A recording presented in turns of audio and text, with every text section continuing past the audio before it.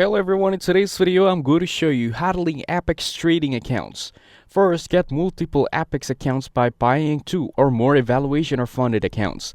Make sure that all accounts use the same platform, with Tradovate or Rithmic being the recommended options. Next, choose a trade copier tool. Some common options include Replicanto, Apex Trade Copier, or other futures copy trading software. These tools are used to copy trades from one account to the others automatically. After that, download and install the Trade Copier software, then open it on your computer. Now, enter the login credentials for all of your Apex accounts.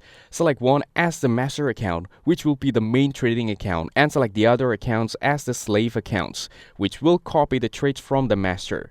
Then, configure the settings according to your preferences. Set the lot size to be either the same or scaled, adjust the risk settings, and specify the order types that should be copied. Finally, start the copy trading process. Any trades you place on your master account will automatically be copied to all of the linked slave accounts. That's it. Thanks for watching. Don't forget to like and subscribe for more videos.